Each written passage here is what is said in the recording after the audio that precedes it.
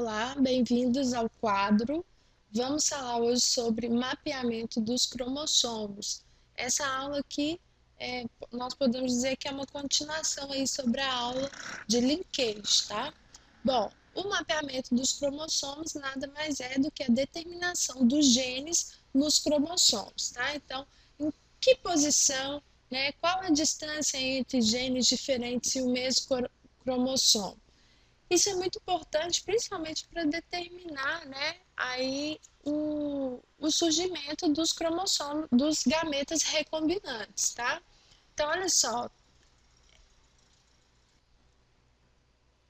a taxa de permutação nos diz qual a frequência de recombinação entre os genes, e ela é determinada pela soma da porcentagem dos gametas recombinantes, tá? Então, quando eu somo aqui, ó, a porcentagem dos gametas recombinantes, 8,5 mais 8,5, eu tenho 17%.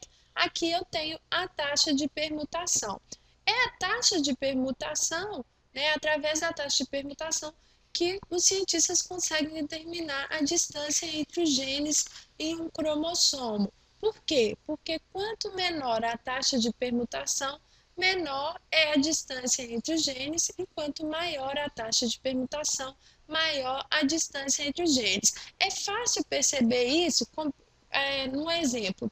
Aqui, ó, eu tenho dois genes, tá? O P e o V, tá? Eu tenho aqui os alelos e eu já tenho aqui o cromossomo no processo aí de permutação de crossing over, né? Imagine que eu tenho ali um outro gene, o gene A. Como o gene A está mais próximo do gene P, né, do que a distância entre o P e o V, a chance de ocorrer a formação de um quiasma entre A e P é menor do que a chance de ocorrer um quiasma entre P e V, vocês concordam? Então, por causa disso, os cientistas chegaram a essa conclusão aqui.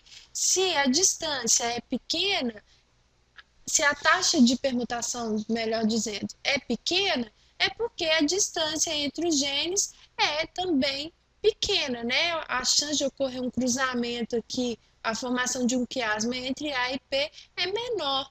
Já entre P e V, né, a taxa de permutação é maior porque a distância vai ser maior. Ou seja, a chance de ocorrer formação de um quiasma entre P e V é maior.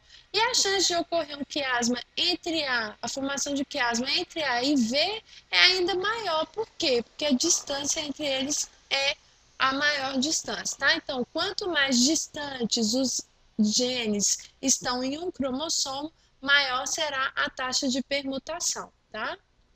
Que leva aí à formação dos cromossomos recombinantes. Então, eu tenho aqui um exemplo. O primeiro exemplo, eu tenho que a taxa de recombinação entre A e B é de 25,2% e que a taxa de recombinação entre A e C é de 32,2%. Qual a posição de A, B e C no cromossomo? Então, eu tenho duas possibilidades. Eu posso ter a ordem ABC, ou seja, o B entre A e C, tá? Uma vez que a distância entre A e C é maior, ou eu posso ter o B a C, né? O A entre o B e o C, ok? No primeiro caso, a distância entre B e C seria a diferença entre esse segmento aqui AC, né? E o segmento BC, que seria 32,5 menos 25,2, né? Esqueci o 2 aqui, que seria igual a 7%. Se for esse caso aqui, a distância entre B e C vai ser dada pela soma do segmento BA mais o segmento AC, o que daria o resultado de 57,4%, tá? Como que eu determino isso? Encontrando, então, a taxa de recombinação, a taxa de permutação.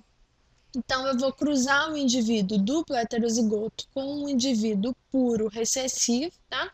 E vamos imaginar que eu vou conseguir essa proporção aqui, tá? De 46,5 para o BCzão, 46,5 para o BCzinho. Como eles acontecem em maior quantidade, esses aqui são os gametas parentais, né, que nós já vimos na outra aula, e como esses aqui acontecem em menor quantidade, esses aqui são os recombinantes, tá? O BCzinho e o Bzinho Czão.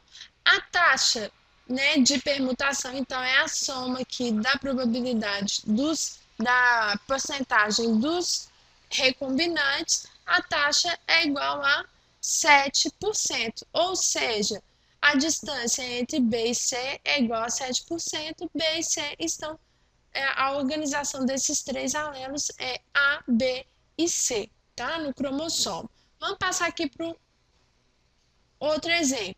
Se a taxa de recombinação entre P e V é igual a 17%, então, o que eu tenho? Que os recombinantes aparecem com uma frequência de 8,5% cada um, enquanto que os parentais aparecem com uma porcentagem de 41,5% cada um, tá? Como que eu consegui esses valores? Os recombinantes é igual à taxa de permutação dividido por 2, tá? E os parentais também são 100 menos a taxa de permutação dividido por 2. Isso porque quando eu somar todas essas porcentagens aqui, eu vou encontrar 100%, tá? E para finalizar a nossa aula, eu tenho aqui o exemplo 3, que caiu em um vestibular da UEL, em que eles pediram para determinar a posição de 4 alelos em um cromossomo. E eles deram aqui a taxa de permutação, né, que se refere à distância. Antes de continuar, a taxa de permutação, tá? A unidade de distância aí dos cromossomos é igual a UR, tá? Então é a taxa. Então, por exemplo, aqui AB é 32%, AB é 32 UR, tá? É a unidade aí para distância. Pode ser usado também centimorgans, em homenagem aí ao Morgan, que foi o cientista que conduziu as pesquisas aí de mapeamento genético, tá? Então, olha só, aqui a distância entre AB é 32 UR, AC 45, 12 entre AD, BC 13, BD 20, CD 33. Como que eu determino? Vamos começar pelos alelos que estão mais distantes, né? Se eles estão mais distantes, que é aqui o caso do alelo AC, então eu vou começar aqui, ó, eu vou colocar o alelo A numa ponta e o C na outra ponta, tá? Vamos considerar que eles, né, estão aí nas pontas, nas extremidades do cromossomo.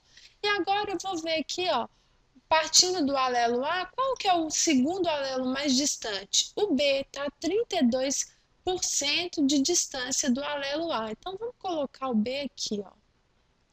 Colocar o B aqui, ok?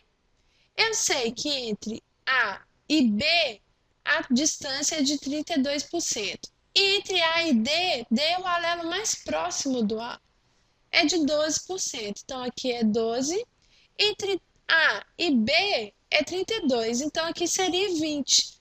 Está confirmado aqui, ó. B e D, 20%. E entre B e C? Entre B e C são 13%. Vamos confirmar? Entre C e D, 33%. D e C, 20 mais 13, 33%. Então, a posição dos alelos aí no cromossomo é A, D, B e C, ok? Eu espero que vocês tenham compreendido e vamos continuar com exemplos nas próximas aulas. Um abraço.